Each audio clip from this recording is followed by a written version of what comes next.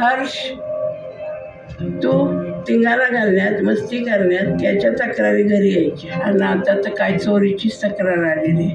Sorry आजी, मला तो पेन बिलकुल चोरी नव्हता करायचा. कसं सांगू कळतच नाहीये. मला असं वाटलं की तो पेन मला हवाय आणि त्याच वेळेस हवाय.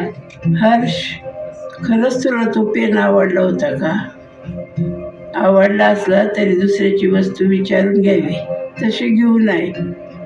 आजी, इथून पुढे चुकून सुद्धा कुठलीही कंप्लेंट येणार नाही. जरी मला कुठली गोष्ट हवी असेल तर मी माझ्यावर कंट्रोल करेन. तू जसा बोलतोय तसाच वाग आणि तसंच लक्षात ठेव. आजी, मी तुला प्रॉमिस करतो, इथून पुढे कुठलीही कंप्लेंट येणार नाही. पण तू मम्मी पप्पांना याच्याबद्दल काहीच नको सांगू. पप्पा तर मला मारतीलच. नाही सांगत बाबा तुझ्या मम्मी पप्पांना, पण तू आता इथून पुढे असा वागत जाऊ नकोस. ओके आजी.